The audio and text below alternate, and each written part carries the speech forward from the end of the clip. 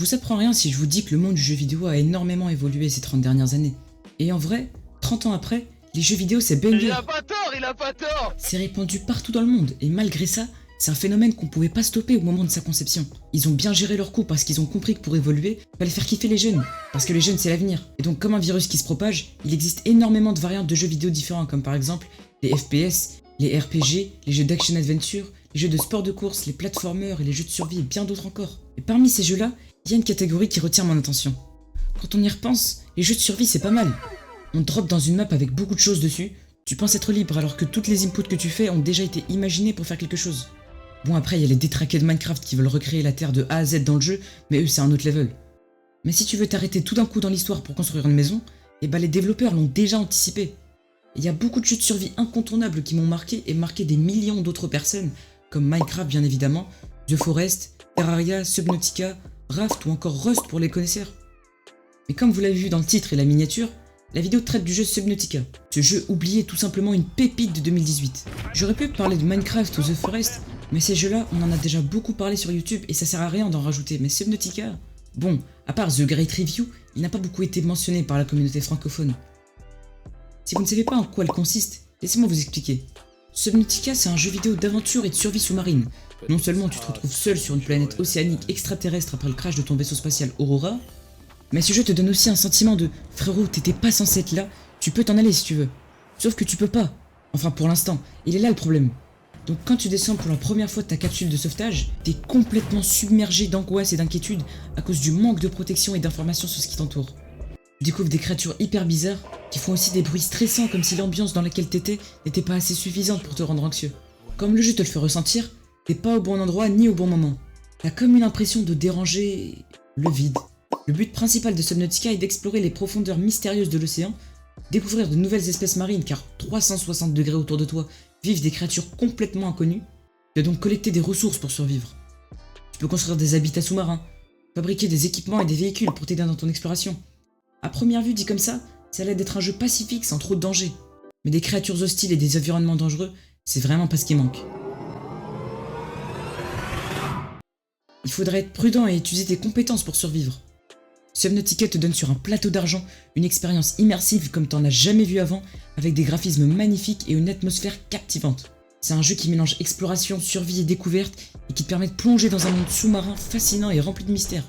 Jusque-là, Subnautica est un jeu de survie assez particulier, mais il manque quelque chose pour se démarquer des autres jeux. Je vous laisse ce gameplay et dites-moi ce que vous en pensez.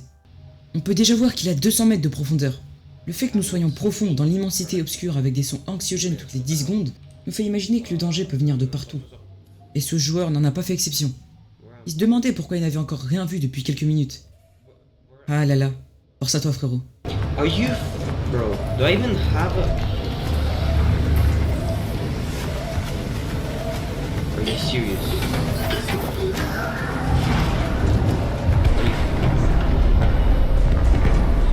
My Cyclops is dead. Oh.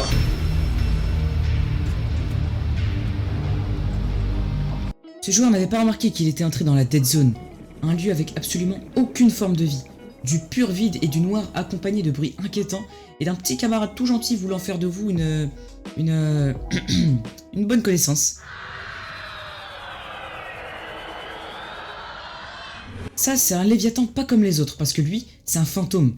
Il est le seul à vivre ici étant donné que la map entière est trop petite pour lui. Il n'a donc nulle part d'autre où vivre à part dans le vide absolu. Des autres formes de ce bourgeois gentilhomme existent sur la map.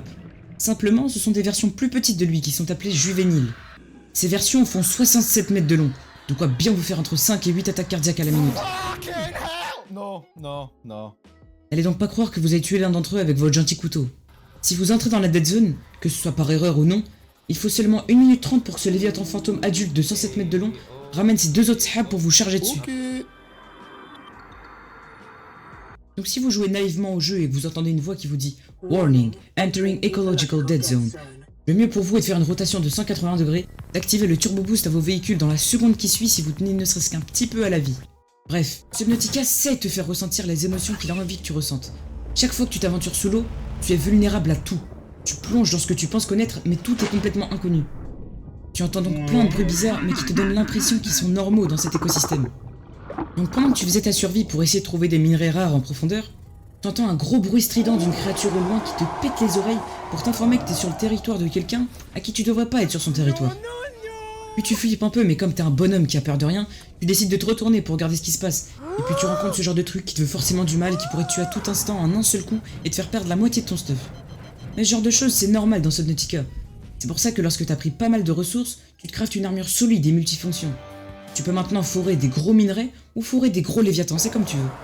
Puis quand t'as un late game et que t'as ton prime du grand du quartier si t'es 93200 Saint-Denis qui a peur de rien, tu te dis qu'est-ce que ça fait d'aller le plus profond possible sur Subnautica. Donc tu ramènes le plus gros sous-marin que t'aies pu fabriquer, et oui, ce truc est énorme mais aussi très utile. Donc tu descends.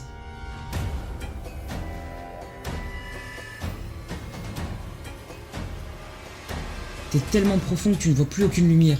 Mais qui a besoin de lumière, c'est un truc de noob. Et puis t'es tellement profond que tu tombes sur cette zone, la Lost River. Y a pas mal de grosses créatures pas très gentilles et surtout un léviathan fantôme juvénile qui va juste agresser ton cyclope sans arrêt. Puis tu descends par le seul chemin que tu trouves où tu peux descendre encore plus. Puis tu découvres ça, la lava zone.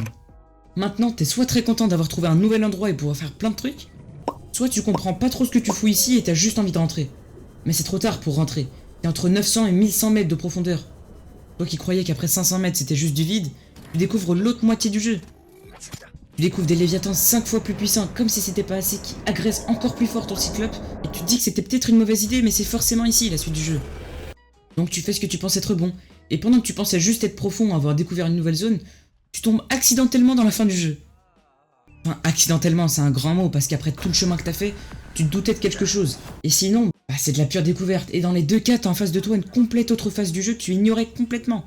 Un peu plus tard dans ta survie, tu découvres réellement cette phase extraterrestre du jeu, avec beaucoup de petites quêtes à accomplir pour accéder à l'habitat de l'empereur. Ça y est, nous y sommes, l'habitat de l'empereur des mers. C'est à cet instant que tu réalises que tu viens de jouer un chef-d'œuvre. Ce genre d'expérience que tu vis à 100% qu'une seule fois dans ta vie et qui s'explique pas avec des mots. T'accomplis les dernières quêtes de l'empereur qui te demandent de pouvoir libérer ses enfants pour qu'ils puissent mourir en paix. Mais hop hop hop, c'est pas fini. C'est bien beau que l'empereur puisse mourir en paix, mais et moi alors? Je vais rester bloqué sur cette planète remplie d'eau toute ma vie, moi? C'est mort, impossible que je loupe GTA 6. Oh ouais, mais... Oh lolo.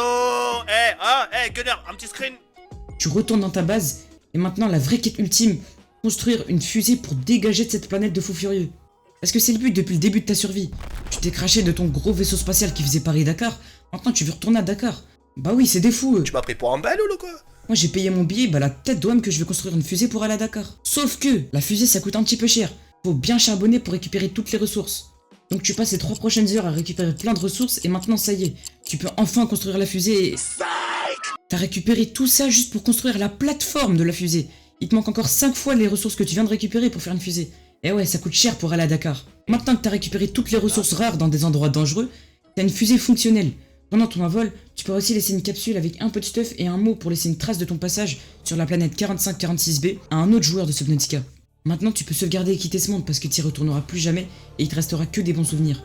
C'était tout pour cette vidéo, merci de l'avoir suivi jusqu'au bout, dites-moi si vous l'avez aimé et si vous avez des critiques constructives à apporter dans les commentaires pour des vidéos comme ça avec un format un peu plus long.